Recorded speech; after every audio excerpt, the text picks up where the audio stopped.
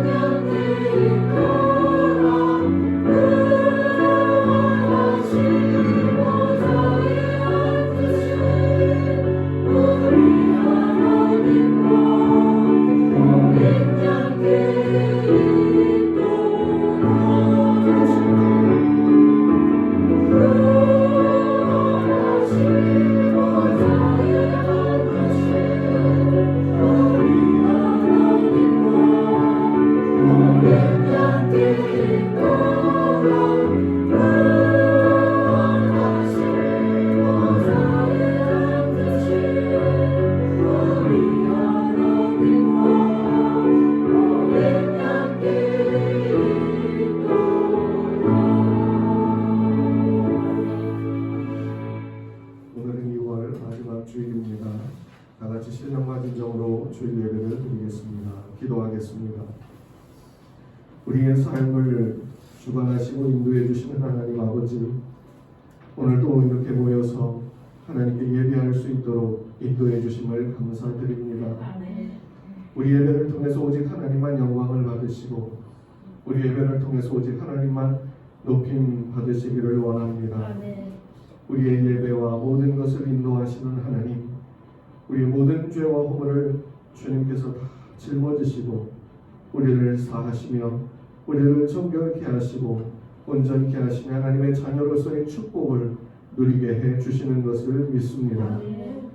우리를 붙들고 역사하는 어둠의 세력을 결박하여 물리쳐 주시고 모든 혼란과 재난과 사고와 병마로부터 지켜주시고 오직 하나님의 은혜와 축복으로 우리를 감싸 주시옵소서.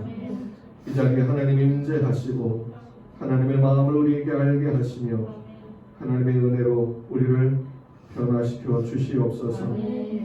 우리 교회를 도우사 하나님께서 책임지시는 복된 교회로 부흥되게 하여 주시고 우리 모든 성도들 가정마다 하나님께서 베푸시는 평강과 건강과 행복이 충만케 하여 주옵소서. 삶의 모든 문제들을 해결하여 주시고 질병을 고쳐주시고 어려운 길을 피해갈 수 있도록 늘 그 발걸음을 인도하여 주시옵소서. 오늘 예배를 통해 하나님 우리에게 큰 은혜를 베풀어 주옵소서. 모든 말씀 우리 주 예수 그리스도의 이름으로 기도하옵나이다. 아멘. 전능하사 천지를 만드신 하나님 아버지를 내가 믿사오며 그 외아들 우리 주 예수 그리스도를 믿사오니 이는 성령으로 잉태하사 동정녀 마리아에게 나시고 본디오 빌라도에게 고난을 받으사 십자가에 못 박혀 죽으시고 장사주 사흘 만에 죽은 자 가운데서 다시 살아나시며 하늘에 오르사 전능하신 하나님 우편에 앉아 계시다가 저리로서 산자와 죽은 자를 심판하러 오시리라. 성령을 믿사오며 거룩한 공회와 성도가 서로 교통하는 것과 죄를 사하여 주시는 것과 몸이 다시 사는 것과 영원히 사는 것을 믿사옵나이다. 아멘. 찬송가 407장 다 함께 부르시겠습니다.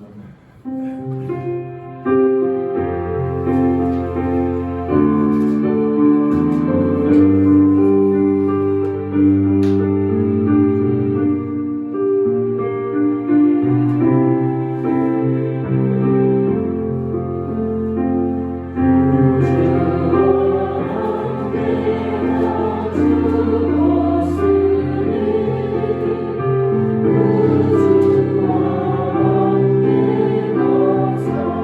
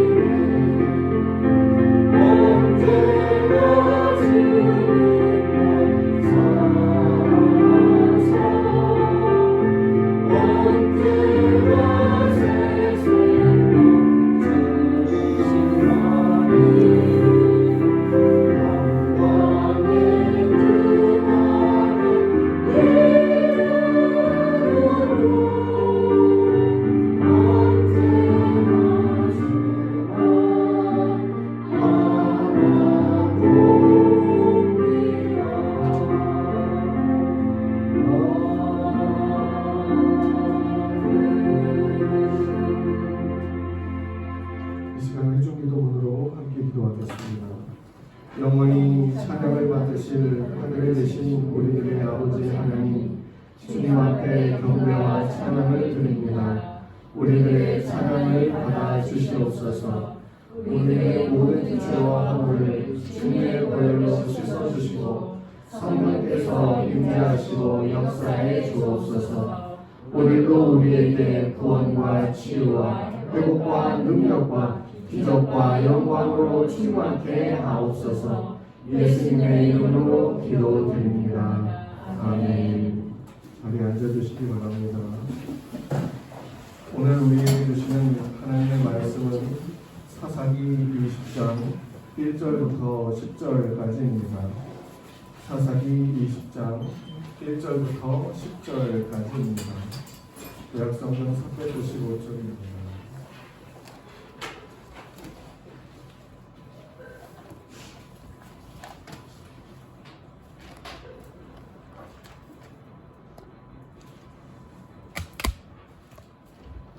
이에 모든 이스라엘 자손이 단에서부터 브엘세바까지와 길르앗 땅에서 나와서 그 회중이 일제히 미스바에서 여호와 앞에 모였으니 온 백성의 어른 곧 이스라엘 모든 지파의 어른들은 하나님 백성의 총회에 섰고 칼을 빼는 보병은 40만 명이었으며 이스라엘 자손이 미스바에 올라가는 것을 베냐민 자손이 들었더라. 이스라엘 자손이 이르되 이 악한 일이 어떻게 일어났는지 우리에게 말하라 하니 레위 사람 곧 죽음을 당한 여인의 남편이 대답하여 이르되 내가 내 첩과 더불어 베냐민에 속한 기브아에 유숙하러 갔더니 기브아 사람들이 나를 치러 일어나서 밤에 내가 묵고 있던 집을 에워싸고 나를 죽이려 하고 내 첩을 욕보여 그를 죽게 한지라. 내가 내 첩의 시체를 거두어 쪼개서 이스라엘 기업의 온 땅에 보냈나니 이는 그들이 이스라엘 중에서 음행과 망령된 일을 행하였기 때문이라. 이스라엘 자손들아 너희가 다 여기 있은즉 너희의 의견과 방책을 낼지니라 하니라. 모든 백성이 일제히 일어나 이르되 우리가 한 사람도 자기 장막으로 돌아가지 말며 한 사람도 자기 집으로 들어가지 말고 우리가 이제 기브아 사람에게 이렇게 행하리니 곧 제비를 뽑아서 그들을 치되 우리가 이스라엘 모든 지파 중에서 100명의 10명, 1000명의 100명, 10,000명의 1000명을 뽑아 그 백성을 위하여 양식을 준비하고 그들에게 베냐민의 기브아에 가서 그 무리가 이스라엘 중에서 망령된 일을 행한 대로 징계하게 하리라 하니라. 아멘.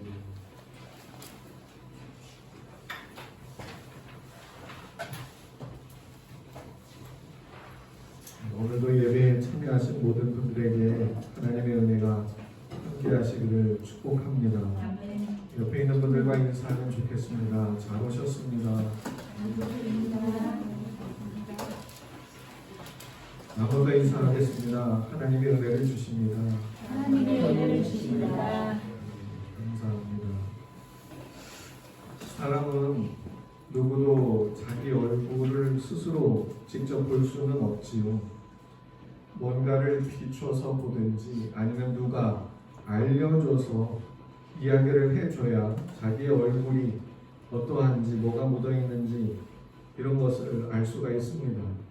TV를 보면 게임 예능 프로그램이 있는데 거기서 막 게임하다가 얼굴에 막 까만 거 묻히고 막 이런 경우가 있어요.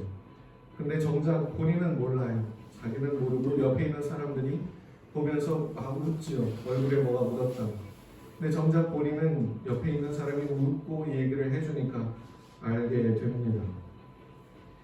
하나님은 우리에게 성경을 통해서 우리의 모습을 보게 해주십니다.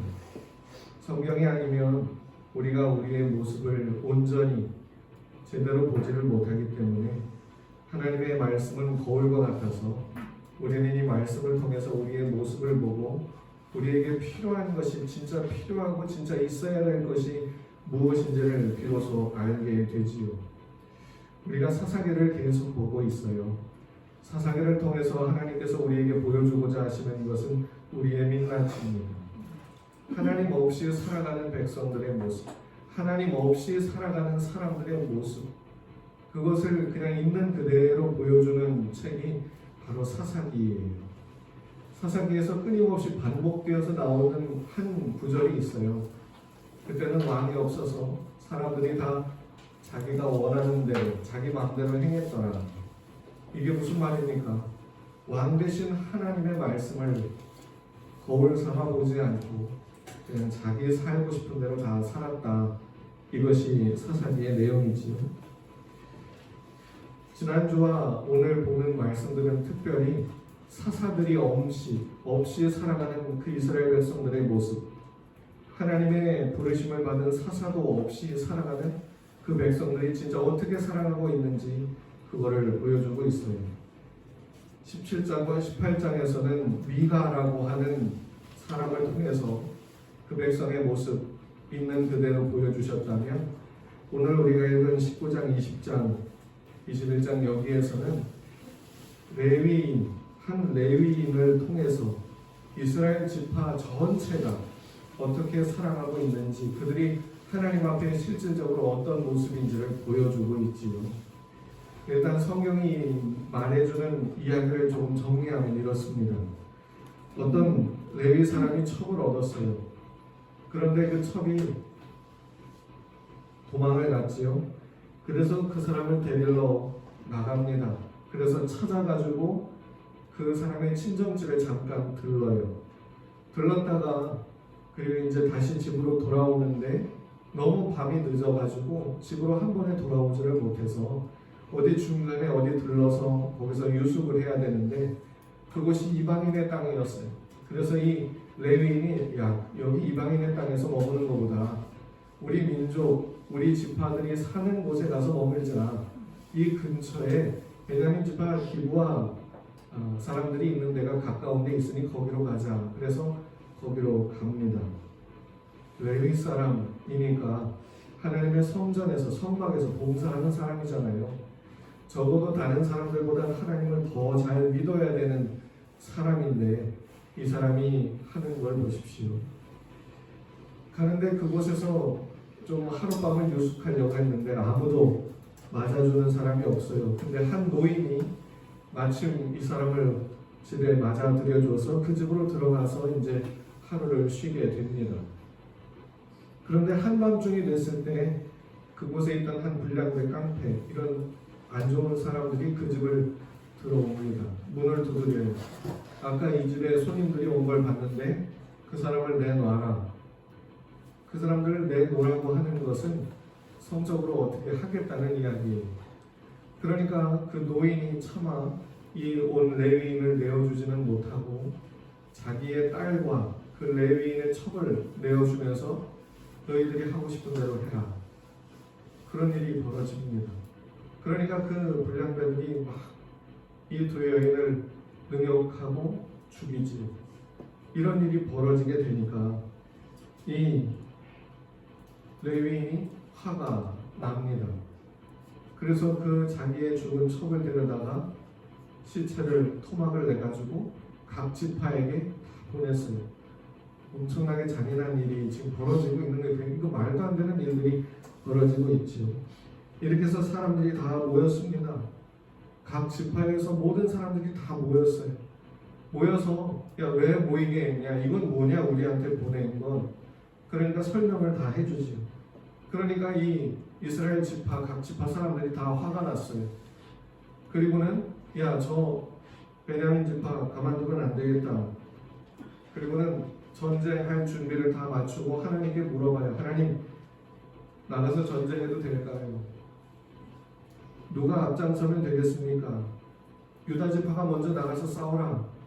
그래서 가서 싸우는데 이 이스라엘 지파 다 모인 게 40만 명, 그리고 저 베냐민 지파가 약 2만 2천 명, 얼마 되지 않죠? 2만 6천 명, 40만 명 대 2만 6천 명, 게임이 되지 않아요.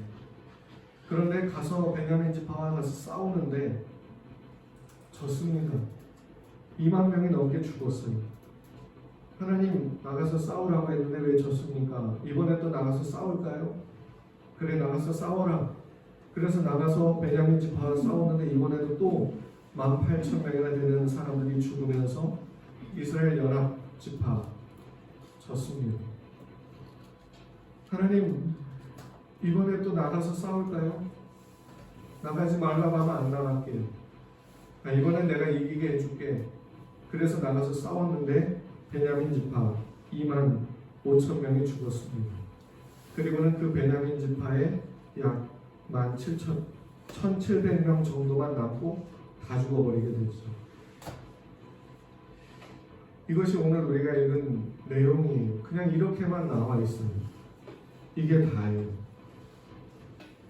이게 지금 하나님 없이 살아가는 사람들의 모습이라는 거지요. 이 글을 읽다 보면 어느 정도 이해가 되는 부분들도 있는데 이해되지 않는 부분들도 너무 많아요. 레위인은 집 나간 첩을 데려오려고 나가서 돈을 드리고 해서 찾아왔어요. 이거는 마치 호세아가 하나님께서 결혼하라 하신 여자와 결혼했는데 집을 나간 그 여인을 찾으러 간 것과 비슷해요. 이건 이해가 되지요. 그런데 그가 자기 첩을 찾아가지고 돌아오다가 기브아 땅에서 머물고 있는데 거기에서 그 사람들이 밤중에 와서 그 레위인과 그 첩을 내놓으라 하고 외치는 것, 이 모습 여기서부터 이해가 되지 않아요. 왜 이런 일이 벌어지지? 이 모습은 소돔과 고모라의 모습을 우리에게 생각나게 하죠. 소돔과 고모라에 있던 롯과 그의 가족들을 꺼집어내기 위해서 하나님의 사자들이 그곳에 방문하지요. 그러니까 한밤중에 그 소돔과 고모라에 있던 사람들이 그 집 문을 두드리면서 손님들을 내놔라. 우리가 상관하겠다. 이 상관이라고 하는 말이 성적으로 어떻게 하겠다는 말이에요. 이렇게 해서 소돔과 고모라가 멸망을 당했잖아요. 근데 똑같은 그 짓을 이스라엘 사람들이 행하고 있습니다. 하나님을 안다고 하는 사람들이 이런 짓을 벌이고 있지. 자기들의 욕망을 충족시키기 위해서 이런 짓을 하고 있는 거예요. 아무도 안 보니까 밤중이라서 괜찮다고 생각했는지, 이방인이니까 함부로 해도 괜찮다고 생각하는지. 그러니까 이 노인이 자기의 딸과 그 레위인의 첩을 내어주지요. 자기가 뭔데? 이 노인이 무슨 권한이 있다고 이 사람들을 그들에게 내어주는지 이것도 이해가 되지 않아요. 그리고 그들은 그 여인들을 모욕하고 죽입니다. 왜 이렇게 할까? 그러니까 이 레위인이 분노해서 자기 첩을 시체를 토막을 냅니다. 이게 지금 옳은 걸 다 지금 넘어가고 있어요. 옳고 그른 것을 다 지금 뛰어넘어가고 있지. 그리고는 모여가지고 하나님께 물어요. 하나님, 나가서 싸울까요? 이들이 하는 일들을 보면 어디에도 하나님의 말씀이 없고 하나님의 뜻을 구하는 것도 없고 하나님의 인도하심을 간구하는 내용도 없습니다.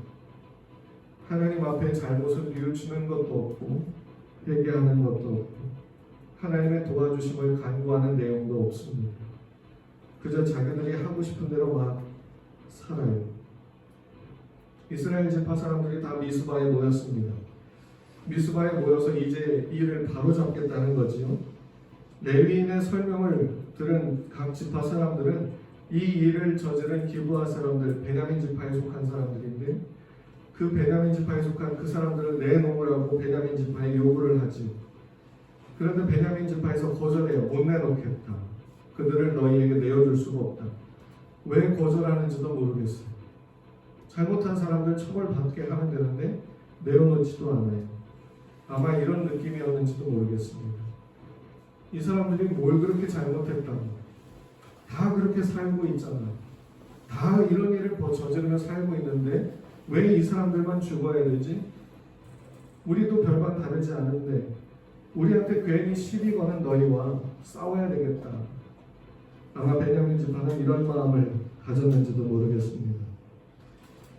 자존심에 스크래치를 입은 11지파 연합군들이 화가 납니다. 자기들이 하라고 하면 해야지. 하라는 대로 왜 따르지 않는 거예요? 우리가 잘못했다면 잘못된 거지. 왜 말을 듣지 않는 거예요? 이러면서 군대를 조직하고 싸우러 나갈 채비를 다 갖췄습니다. 그리고는 하나님께 묻지. 하나님께 듣고 싶은 대답은 있어요. 하나님이 해줘야 될 대답은 하나밖에 없어요. 가서 싸우라고. 그렇지만 그래도 가서 싸우는 큰 일을 앞두고 있으니까 그래도 하나님 앞에 한번 묻기는 합니다. 그런데 하나님은요, 묻는 이들에게 대답을 해줘요. 이게 참 놀랍죠.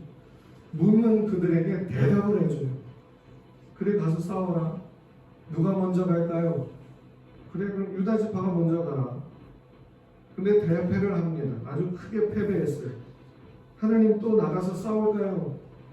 가서 싸워라. 이기게 될까요? 이기게 해줄 테니까 가서 싸워라. 가서 대패를 합니다. 이제야 비로소 하나님 앞에 울면서 금식하면서 기도해요. 하나님, 이제 또 나가서 싸워도 될까요? 그래, 이번엔 싸워서 이기게 해줄게. 그렇게 해서 싸워서 이겼어요. 이겼는데 문제는 뭐예요? 같은 이스라엘 민족이 베냐민 지파 다 전멸해 버렸어요. 1000여 명 남고 다 죽었어요. 상황을 늦게서야 파악한 나머지 이스라엘 백성, 이스라엘 지파들이 하나님 앞에 따져요. 사사기 21장 3절에 보면 하나님, 여호와여, 어찌하여 이스라엘에 이런 일이 생겨서 오늘 이스라엘 중에 한 지파가 없어지게 하십니까? 하나님 보고 책임을 전가해. 하나님, 왜 한 지파가 없어지게 하셨습니까? 너네가 싸워서 이기게 해달라며, 너네가 싸워서 이기게 해달라고 해서 이기게 해줬더니 이게 무슨 일이냐. 솔직히 이 전쟁이라고 하는 건 이겨도 안 되고 져도 안 되는 거죠. 자기 민족끼리 서로 치고받고 싸우는 거예요. 전쟁이라고 하는 건 일어나면 안 되는 일이었습니다. 그런데 이런 일이 벌어지고 있고 이렇게 살아가고 있습니다. 왜 이렇게까지 했을까? 이해가 안 되지요. 그런데 이 질문을 그냥 그대로 우리 삶으로 가져오면 어떨까요? 우리는 왜 이렇게 살까요? 우리는 왜 이렇게 대처하고 살까요? 우리 삶에는 왜 이런 일이 벌어질까요? 우리 삶에는 왜 이런 일이 발생해야 되는 걸까요? 각자가 다 옳다고 합니다. 내가 옳고 네가 옳고. 저도 맥락 사정을 따져보면 옳고 그름은 다 있긴 하겠지요. 이스라엘 백성들 보세요. 이 말도 안 되는 전쟁이 벌어지는 상황. 레위인은요, 자기가 옳대요. 이 불의를 해결해야 되겠대요. 베냐민 지파는요, 자기들 지파 중에서 범죄자가 발생했지만 왜 우리만 가지고 그러냐는 거예요. 다 똑같은데 왜 얘네들만 죽여야 되겠느냐는 거지. 못하겠다고 자기들이 옳다는 거지. 나머지 11지파 연합군들은 너 우리 말 안 듣는구나. 우리가 맞는데 너도 우리 말 안 들으니까 우리가 옳은데 너네들 죽어야 되겠다.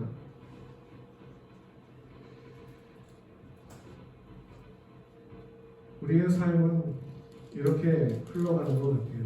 다 자기 옳은 것을 따라 살아가지. 사사기의 이야기들, 우리와 정말 수천 년의 차이를 두고 있는 옛날 이야기인데, 이 내용을 가지고 사람들이 사는 모습을 가지고 우리가 살아가는 시대로 오니까 안 다른 것 같아요. 너무 똑같아요. 너무 닮아 있어요. 하나님 없이 살아가는 그 백성, 이스라엘 백성들의 모습과 우리의 모습이 다르지를 않은 것 같아요. 이 사람들 하나님을 알고 있습니까? 모르고 있습니까? 알아요. 그러니까 전쟁으로 나가기 전에 하나님께 묻죠. 하나님께 물어요. 우리도 그렇잖아요. 큰 일을 앞두고 어떤 일을 앞두고 하나님께 물어요. 어떻게 할까요? 그런데 문제는 뭡니까? 답은 다 정해져 있어. 답은 다 정해져 있어. 내가 듣고 싶은 대답 하나님 하라는 거지. 내가 알고 싶은, 내가 이렇게 지금 하려고 다 준비해 놨는데 하나님 이거 해도 될까요? 안 해도 될까요? 그제서야 묻고 있지요. 답은 다 정해져 있어요. 이스라엘 백성들에게 뭐라고 합니까? 하나님 나가서 싸워도 되겠습니까? 그렇게 해라. 이게 진짜 싸우라는 말입니까? 싸우지 말라는 말입니까? 이스라엘 백성들에게 하나님이 말씀하시는 내용을 보면 그냥 내버려 두시는 것 같아요. 니들이 하고 싶은 대로 해라. 어차피 지금 하나님의 마음과 하나님의 뜻에서 다 벗어나 있으니 이렇게 한들 하나님 이렇게 할까요? 저렇게 할까요? 이렇게 하는 거나 저렇게 하는 거나 다 지금 하나님의 뜻에 벗어나 있는데 이렇게 한들 나와 무슨 상관이고 저렇게 한들 나와 무슨 상관이니 니들 마음대로 해라. 졌어요. 2번이나 지고 이겼지만 지고 이긴 거 다 이스라엘 민족에게 마이너스가 되는 일이 되고 말았습니다. 저는 사사기 시대를 살고 있는 이 사람들의 모습을 보면서 삶의 정황은 물론 다르고 시대적인 환경도 다르고 과학기술 이런 것도 다르지만 사람 사는 모습은 똑같다. 너무 닮아 있다. 이런 생각이 들었습니다. 이들에게서 우리가 보는 모습은 하나님 없이 사는 모습이죠. 이 사람들이 하나님을 모릅니까? 압니다. 레위인은 시체를 토막내면서 이러면 안 된다는 거 몰랐을까요? 알았죠. 잔인한 일이라는 걸. 그 베냐민 지파는 그 사람들을 내어주지 않는 게 나쁘다는 걸 몰랐을까요? 알았지요. 이스라엘 11지파 연합군들은 전쟁을 해서 그들을 죽이는 게 옳지 못하다는 걸 알았을까요? 알았지요. 그런데도 그렇게 해야 되겠다는 겁니다. 이들에게서 우리가 보는 것은 하나님 없는 모습이죠. 이게 참 많이 웃겨요. 하나님을 아는데 하나님이 없어요. 제사도 지내고요. 하나님께 묻기도 하고요. 하나님을 섬기기도 하는데 하나님이 없어요. 그러면 하나님이 있는 모습을 성경에서는 어떻게 보여주고 있을까요? 사무엘상 4장을 한번 가보면 됩니다. 사무엘상 4장을 보면요. 블레셋 군과 이스라엘 군의 전쟁이 벌어져요. 여기에도 똑같이 처음엔 하나님 없는 모습이 나와요. 아마 이번 주에 제가 말씀 문자 보내드린 것 중에 그 내용이 하나 있었을 텐데요. 블레셋과 이스라엘 군이 싸웠는데요. 이스라엘 군이 4,000명이 죽으면서 전쟁에서 졌어요. 그러니까 이스라엘 백성들이 왜 졌냐? 우리가 뭐 때문에 전쟁에서 졌냐? 이거를 따지기 시작해요. 그런데 그곳에 있던 이스라엘 장로들이 쭉 생각하면서 보니까 야, 우리한테 언약궤가 없다. 언약궤가 없어. 이것 때문에 졌다. 이 전쟁을 해야 되냐 말아야 되냐 하나님의 뜻을 구하거나 이런 거 없어요. 왜 졌냐? 언약궤가 없다. 언약궤가 없어서 하나님이 돕지 않았다. 그래서 실로라고 하는 곳에 있는 언약궤를 가지고 오죠. 그리고는 그걸 가지고 오면서 그것이 그들이 머물고 있는 곳에 들어올 때 야, 이제 다 됐다 하면서 막 얼마나 크게 함성을 지르고 소리를 질렀는지 블레셋 사람들이 그 함성 소리를 저 멀리서 듣고 막 두려움에 떨 정도였어요. 그런데도 전쟁에서 또 집니다. 언약궤는 있지만 하나님은 없었어요. 그런데 사무엘상 7장에 가보면요, 사무엘이 패배하고 나서 그들의 마음이 비로소 가난해지고 그들의 마음이 비로소 겸손해진 그 상태에서 하나님을 사모하고 있을 그때에 사무엘이 비로소 그들 앞에 나와서 이렇게 말해요. 사무엘상 7장 5절부터 9절을 보면요, 사무엘이 이르되 온 이스라엘은 미스바로 모이라. 내가 너희를 위하여 여호와께 기도하기를 하매 그들이 미스바에 모여 물을 빌어 여호와 앞에 붓고 그날 종일 금식하고 거기에서 이르되 우리가 여호와께 범죄하였나이다 하니라. 사무엘이 미스바에서 이스라엘 자손을 다스리니라. 이스라엘 자손이 미스바에 모였다 함을 블레셋 사람들이 듣고 그들의 방백들이 이스라엘을 치러 올라온지라. 이스라엘 자손들이 듣고 블레셋 사람들을 두려워하여 이스라엘 자손이 사무엘에게 이르되 당신은 우리를 위하여 우리 하나님 여호와께 쉬지 말고 부르짖어 우리를 블레셋 사람들의 손에서 구원하시게 하소서 하니 사무엘이 젖 먹는 어린 양 하나를 가져다가 온전한 번제를 여호와께 드리고 이스라엘을 위하여 여호와께 부르짖음에 여호와께서 응답하셨다. 비로소 하나님이 그 안에 계시게 됐어요. 하나님이 비로소 있게 됐어요. 하나님이 없다가 어떻게 해서 그들 가운데 있게 됐습니까? 하나님 우리에게 와주세요. 우리가 잘못했습니다. 우리가 우상을 섬겼습니다. 우리 힘으로 안 됩니다. 언약궤가 있어도 안 됩니다. 우리가 나가서 그들보다 숫자가 많아도 이기지 못하고 하나님 오십시오. 하나님 역사해 주십시오. 여기 보면 이렇게 말하죠. 사무엘이 미스바에서 이스라엘 자손을 다스립니다. 사무엘의 말을 들었다는 거예요. 하나님의 말씀에 귀를 기울이고 순종하기 시작했다는 거예요. 하나님의 말씀 앞에 자기 생각이 있고 자기 계획이 있고 자기 뜻이 있고 이건 이런 건데 하는 걸 내려놓고 사무엘이 들려주는 하나님의 말씀을 듣고 그 앞에 그냥 믿음으로 순종하며 나아간다는 거지. 그때 비로소 하나님이 그 가운데 계시기 시작했습니다. 여러분, 우리는 지금 이 사사기 20장을 보면서 이 사람들이 용서해도 될 것을, 인내해도 될 것을, 참아도 될 것을 그렇게 하지 못했습니다. 그러니 우리 이제 용서합시다, 우리 참읍시다 이렇게 말하는 게 아니에요.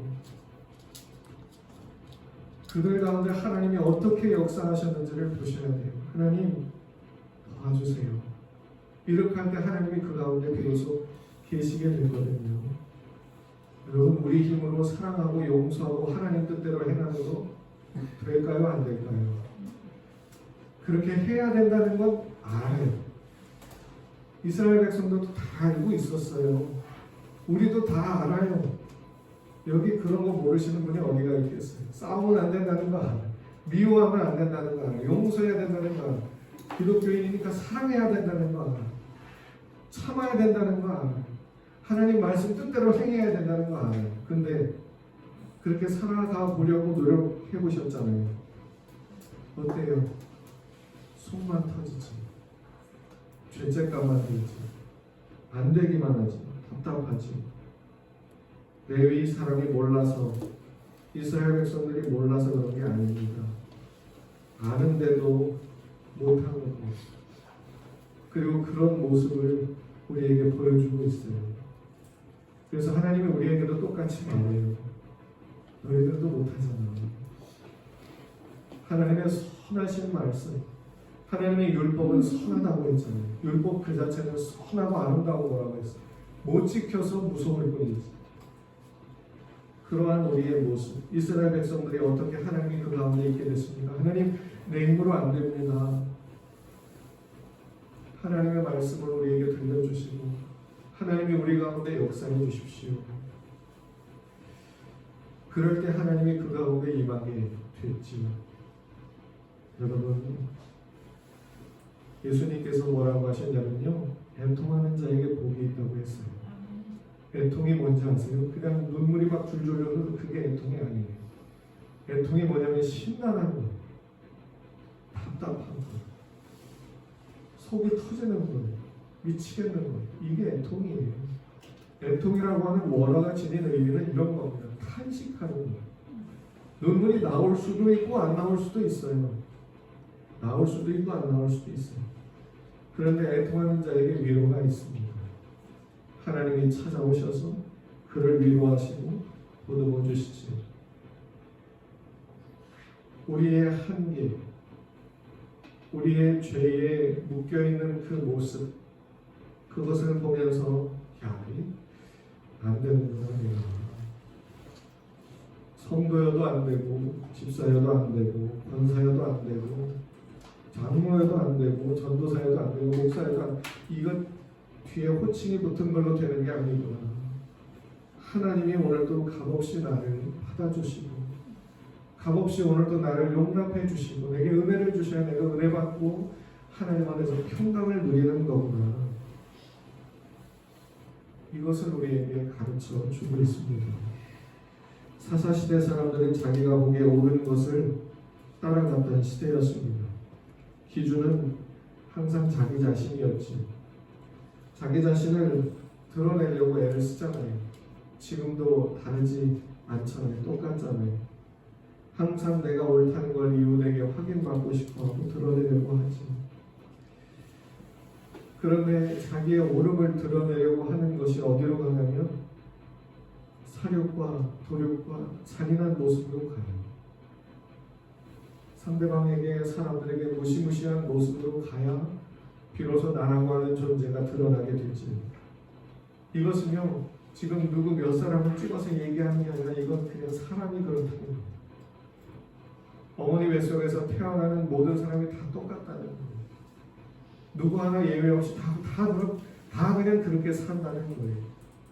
그래서 하나님께서 선하신 말씀을 주셨지만 그렇게 그 말씀 따라 사는 사람이 없었다는 거예요. 이걸 그래서 끊어서 하나님의 뜻대로 살게 하려고 오신 분이 예수님 아니겠습니까?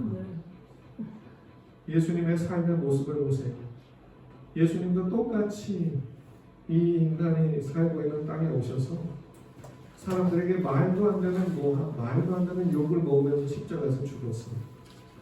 거기서 예수님은 싸우지 않고 그대로 달려 죽으셨지. 그러면 우리에게 말해요. 너희들도 제 십자가를 지고 나를 따르라. 예수님이 우리의 본이 되어 주셨습니다. 그러면 어떻게 예수님이 가신 이 길을 따라가느냐? 우리 힘으로 안 돼요. 근데 사도 바울이 디모데전서 1장 16절에서 이렇게 말해요. 내가 긍휼을 입은 까닭은 예수 그리스도께서 내게 먼저 일체 오래 참으심을 보이사 후에 주를 믿어 영생 얻는 자들에게 본이 되게 하려 하십니다. 하나님께 긍휼을 입어서 사람들이 보고 따라올 수 있는 본이 됐다는 거예요. 사도 바울은요, 자기 힘으로 그렇게 살고 있다고 말하지 않아요. 주님이 긍휼히 여겨주셔서 그렇게 살아가게 되고 있다고 말하고 있지. 아멘. 주님께서 사도 바울로 그렇게 살아가게 하신 거예요. 사사기 시대에 이 사람들이 못 살았던 그 삶을 하나님이 살게 해주신 거지. 그리고 하나님은요, 우리도 그렇게 살아가도록 만들어 내시는 분이십니다. 아멘. 하나님은요, 우리로 하나님의 말씀대로 살아가도록 만들어 내시는 분이세요. 어떻게 살게 하느냐? 사랑하게, 용서하게. 고린도전서 13장 4절부터 7절을 보면요, 하나님이 어떤 사랑을 하게 하시는지 이렇게 말해요. 사랑은 오래 참고, 사랑은 온유하며, 시기하지 아니하며, 사랑은 자랑하지 아니하며, 교만하지 아니하며, 무례히 행하지 아니하며, 자기 유익을 구하지 아니하며, 성내지 아니하며, 악한 것을 생각하지 아니하며, 불의를 기뻐하지 아니하며, 진리와 함께 기뻐하고, 모든 것을 참으며, 모든 것을 믿으며, 모든 것을 바라며, 모든 것을 견디느니라. 이게 하나님이 하시는 사랑의 모습이에요. 아멘. 그리고 우리도 이렇게 살아가도록 만들어주시는 분이 하나님이십니다. 아멘. 하나님이 우리로 이렇게 살아가도록 만들어주신다는 거죠. 문제는 정말 그렇게 살고 싶으십니까? 정말로 그렇게 살고 싶으십니까? 이거 여기에 문제가 있어요. 정말로 하나님의 사랑으로 살고 싶으세요? 정말로 하나님의 은혜로 살고 싶으세요? 정말로 하나님의 성품으로 살고 싶으세요? 여기에서 이제 문제가 생기는 거예요. 문제는요, 우리에게 능력이 없는 게 아니에요. 능력은 없어요. 원래부터 없었어요. 그래서 예수님이 오셔서 내가 그렇게 해주시겠다고 하는 거예요. 성령을 너희들에게 보내줘서 너희로 내가 산 것처럼 살게 만들어줄 거야. 십자가를 지며 인류 구원의 역사를 이룬 것처럼 성령의 충만함을 입어서 너희들도 성령으로 충만하게 해서 하나님의 뜻을 온전히 이루는 사람들이 다 되도록 내가 만들어낼 거야. 그리고 하나님께서 하시는 이 일은 실패하는 법이 없어요. 하나님의 이 일은 좌절되는 법도 없고 누구도 막지 못하고 하나님은 반드시 성취해 내시는 분이십니다. 근데 문제는 뭐예요? 내가 하고 싶지 않으니까.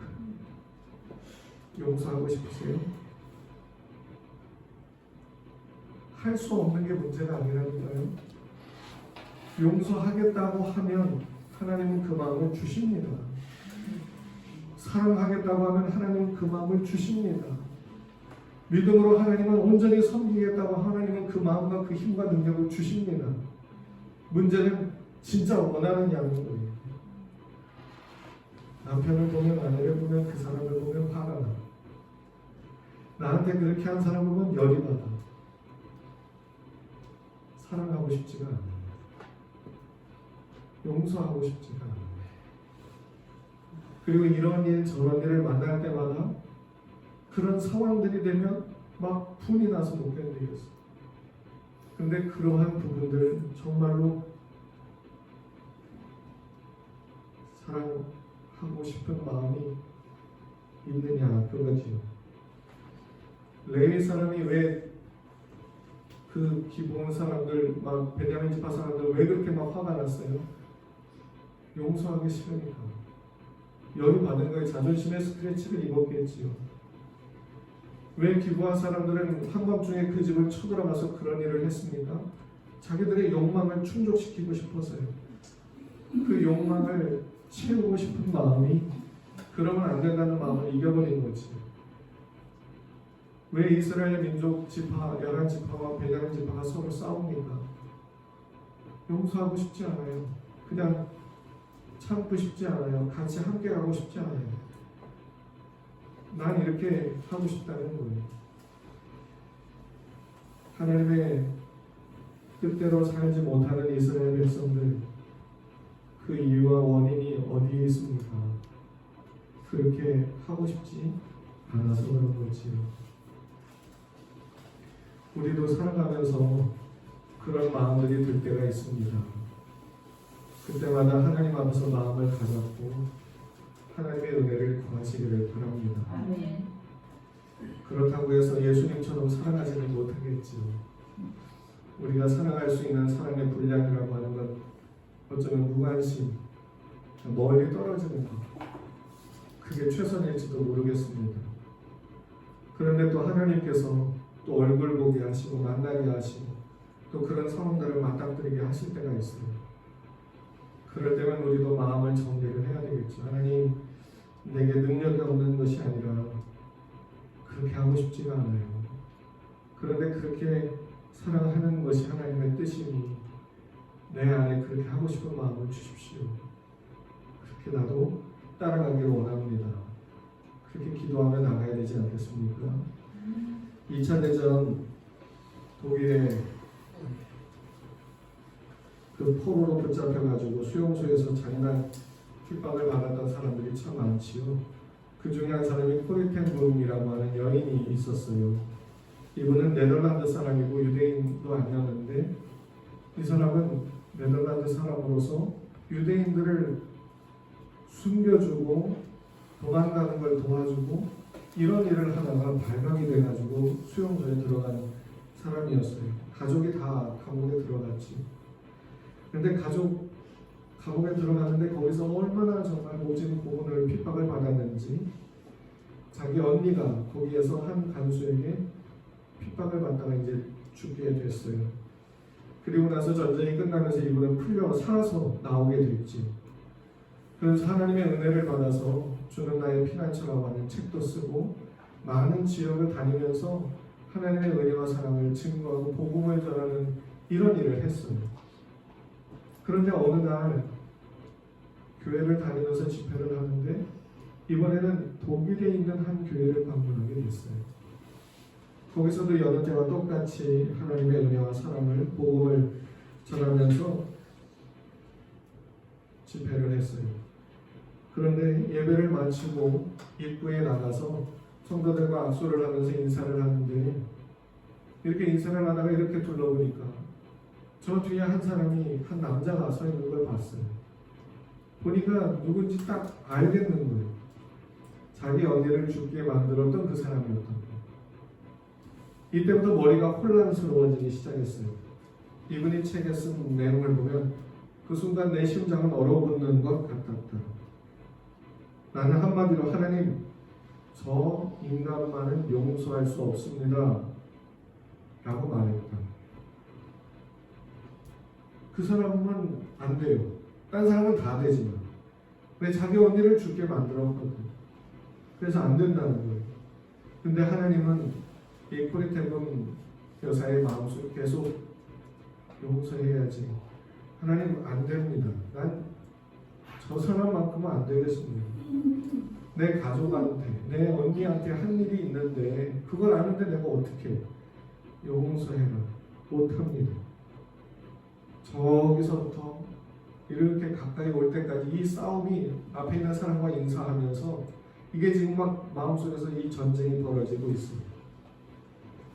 근데 어느 순간 벌써 요 앞에까지 왔어요. 이제 거의 앞에 왔지. 하나님이 이렇게 말씀하시더래요. 나는 너한테 저 사람을 용서할 수 있느냐 없느냐를 묻고 있는 게 아니라 용서하겠냐 안 하겠냐 그걸 묻고 있는 것이다. 용서하라는 것은 나의 명령인데 이 명령에 순종을 하겠냐 안 하겠냐는 거다. 코리테금 여사는 자기 일기장에 이렇게 썼습니다. 나는 그때 그 사람을 용서하고 싶은 마음은 조금도 없었지만 용서해야만 한다는 주님의 명령이 내 마음속에 깨달아지는 순간 하나님 명령이니까 할 수 없죠. 그러면 용서해야지요 라고 생각했다. 그래서 나는 용서하고자 하는 마음과 느낌이 없이 다만 하나님의 명령에 순종하기 위해서 손을 내밀었다.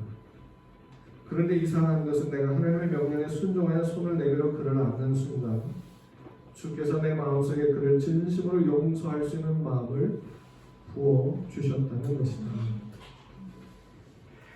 이것이 성도들이 살아가는 삶의 모습입니다. 그렇게 할 수 있느냐 할 수 없느냐를 하나님은 우리에게 묻지 않아요. 하겠냐는 거지. 하겠다면 하나님은 우리에게 그 은혜와 능력을 주시는 겁니다. 사사기의 기사를 통해서 우리는 말도 안 되는 삶을 사는 이스라엘 백성들의 모습을 보는데 우리의 삶도 말도 안 되기는 마찬가지 아니겠습니까? 우리의 삶도 그렇고 뉴스를 보세요. 우리나라도 그렇고 전 세계를 봐도 그렇고 말도 안 되는 일들이 얼마나 많이 나타납니까? 구호와 열심을 통해서 옳은 정의를 행한다고 하지만 항상 정죄와 좌절 이런 것들뿐 아니겠습니까? 그래서 오늘 설교 제목도 그렇게 잡은 거예요. 정말로 하나님의 사랑을 원하세요? 정말로 사랑을 원하십니까? 정말로 용서를 원하십니까? 정말로 하나님의 뜻대로 살아가기를 진짜로 원하고 계십니까? 원하지 않으신다고 해도 화가 나고 분이 나서 못하겠다고 해도 하나님의 명령이 그러하다면 하나님의 은혜와 도우심을 구하시며 그들로 나가기를 힘쓰시기를 바랍니다. 아멘. 하나님은 우리의 마음부터 먼저 만져주실 겁니다. 능히 품을 수 있고 능히 그 문제들에 대해서 이리저리 좌지우지되지 않고 담담히 서서 긍휼히 여길 수 있도록 하나님의 우리를 단단하게 만들어 주실 겁니다. 우리를 회복시키시고 하나님의 말씀과 그 뜻에 따라가도록 인도해 주실 겁니다. 할 수 없는 걸 하라고 하는 게 아니라 그분이 도와주시고 계십니다. 할 수 있는 힘을 주시고 우리 내실을 갖추게 하신 다음에 그리고 그 말씀을 따라 살아갈 수 있도록 역사해 주실 겁니다. 문제는 우리가 그것을 원하며 하나님께 나아가기를 시작하느냐에 있습니다. 말씀대로 못 사는 사람들을 정죄하는 것은 그만하고 하나님의 말씀이 내게 이루어지기를 바라는 마음으로 매일매일을 사시기를 축복합니다. 그렇게 못 사셔도 좋아요. 그게 사람이니까. 그게 인간이니까. 그런데 하나님을 믿는 사람들이니까 하나님 앞에 주의 말씀을 구하며 그의 뜻대로 이루어지기를 원하는 마음을 가지고 하나님께 더 가까이 가시기를 바랍니다. 하나님께서 끌어당기셔서 그분의 은혜와 능력을 우리에게 주셔서 그렇게 살아가지 않으면 안 되도록 견딜 수 없도록 그렇게 살아가는 것이 당연하게 여겨지도록 우리 가운데 역사하시며 은혜를 베푸시고 힘을 주시고 위로하시고 도와주실 겁니다. 그래서 하나님의 뜻대로 살아가는 것이 그 전에는 너무 부담스럽고 너무 하기 싫은 삶이었을지 몰라도 하나님께서는 그 삶에 그렇게 살아가는 삶이 너무 자유롭고 너무 평안하고 너무 힘이 되고 위로가 되고 소망이 되게 하는 걸 경험하게 해주실 줄로 믿습니다. 이것이 내 말이 진리가 너희를 자유하게 하리라. 그 의미가 거기에 있지요. 하나님께서 끝까지 도와주고 계시고 하나님께서 끝까지 우리를 값없이 품고 계시며 인도해 주고 계십니다. 우리도 주님을 더 사모하며 더 바라며 주님을 따라갈 수 있기를 주님의 이름으로 축복합니다. 이 시간 들은 말씀을 기억하며 다시 통성으로 기도하는 시간을 갖겠습니다. 사랑하는 은혜가 충만하신 우리 아버지 하나님, 우리를 부르시고 우리와 하나님의 자녀가 되게 해주신 것을 감사합니다. 하나님 아버지, 우리가 더 주님을 사랑하게 하시고 더 주님의 뜻대로 살아가고자 하는 마음을 갖게 하소서. 하나님, 우리의 속을 들여다볼 때 아직 우리는 세상이 좋습니다. 아직 내 의를 따라 살아갈 게 좋고 나를 드러내는 게 좋고 내 욕망을 내 이름을 드러내는 게 좋고 사람들을 무시하고 이렇게 누르는 게 좋습니다. 어쩌면 레위인처럼 이렇게 막 잔인한 모습을 하면서까지 자기를 드러내는 모습이 아직도 우리는 좋은지 모르겠습니다. 이 베냐민 집안처럼 내 나라는 다 똑같은데 왜 나만 날고 그러냐고 싸우려고 하는 그 모습을 아직도 우리는 좋아하고 있는지 모르겠습니다. 하나님 아버지, 정말 하나님의 뜻대로 살아가기를 원하는 마음을 갖게 도와주옵소서. 세상에 젖어있는 우리의 마음 주님이 고쳐주시고 회복시켜 주옵소서. 우리가 받은 상처가 있고 우리가 받은 어려움들이 우리가 받은 아버지 잘못된 것들이 너무나도 많이 있습니다. 하나님 아버지, 우리를 고쳐주시고 우리를 용서하시고 우리를 회복시키시고 하나님의 말씀을 더 가르쳐주시고 하나님의 말씀을 더 깊이 깨닫게 하시고 하나님의 은혜와 사랑을 조금씩 경험하게 알려주셔서 주님 뜻대로 살아가는 그 삶 속에 길이 있고 위로가 있고 소망이 있고 생명이 있음을 발견하게 하셔서 더 주님 뜻대로 살아가기를 소원합니다. 살아가기를 바랍니다. 주님 뜻대로 살아가기를 간절히 원하며 살아갈 수 있는 우리가 되게 하옵소서. 우리가 주님 앞에서 그렇게 살기를 원하면 주님께 간구할 때 하나님께서 놀라운 능력과 은혜를 부어주실 줄 믿습니다. 하나님의 능력과 하나님의 힘으로 주님의 뜻을 따라 살아가는 우리가 되게 하옵소서. 주님께서 그렇게 살도록 역사해 주실 줄 믿습니다. 주님께서 그렇게 살아가도록 능력으로 역사해 주실 줄 믿습니다. 역사해 주시고 영광 받아 주시옵소서. 주님께서 함께해 주시면 믿습니다. 주님께서 붙잡아 주시면 믿습니다. 하나님 아버지 감사합니다. 하나님 아버지 감사합니다. 영광 받아 주시옵소서. 영광 받아 주시옵소서. 기도하겠습니다. 사랑하는 하나님 아버지, 우리에게 은혜를 주셔서 예수님을 믿고자 하는 마음을 가질 수 있도록 이끌어 주심을 감사합니다. 아멘. 예수님을 나의 구주로 영접하고자 하는 마음을 갖게 하셔서 우리가 자원하여 주님을 내 구주로 영접하고 믿게 되었습니다. 우리를 구원하신 하나님, 우리에게 더 은혜를 주시고 우리 안에 상처를 치유하시고 우리에게 은혜를 주시고 힘을 주시고 주님의 말씀을 가르쳐 주시고 주님의 뜻을 우리에게 보여주셔서 그 뜻대로 살아가고자 하는 소원과 열망을 가질 수 있도록 도와주시옵소서. 아멘. 이기는 거에만 혈안이 배어있는 이스라엘 백성들처럼 그렇게 살지 않게 하시고 하나님의 뜻을 이루기를 원하는 마음을 가질 수 있게 하옵소서. 아멘. 성경에 나와 있는 대로 사랑하는 것, 용서하는 것, 인내하는 것, 하나님 우리에게 그렇게 할 힘도 없지만 문제는 그렇게 하고 싶은 마음이 없다는 것이 문제입니다. 주님 안에서 정말로 주님의 뜻을 말씀을 따라 살아가기를 원하는 마음을 가질 수 있도록 도와주시고 주님께 도움을 구할 때마다 하나님의 능력을 힘입어 살아가는 우리의 삶이 되게 하옵소서. 아멘. 주님께서 모든 은혜를 우리에게 베푸시고 모든 능력을 우리에게 공급하사 하나님의 뜻을 따라 온전히 살아가도록 도와주시고 역사해 주시는 줄을 믿습니다. 아멘. 정말로 하나님의 뜻을 따라 살아가기를 원하고 갈망하는 우리의 심령들이 다 될 수 있게 하여 주시옵소서. 아멘. 주께서 함께 하시고 은혜를 베푸시고 이렇게 살지 못해도 아직 그런 마음이 없어도 주님이 우리를 붙드시고 은혜를 베푸시고 깨닫게 하시고 이끌어 주실 줄로 믿습니다. 아멘. 주님의 손에 붙들려 더 주님 뜻대로 살아가기를 사모하고 더 주님의 영광을 위해서 살아가는 우리의 삶이 되도록 축복해 주옵소서. 아멘. 주께서 함께해 주심을 믿사오며 모든 말씀 예수님 이름으로 기도하옵나이다. 아멘. 아멘.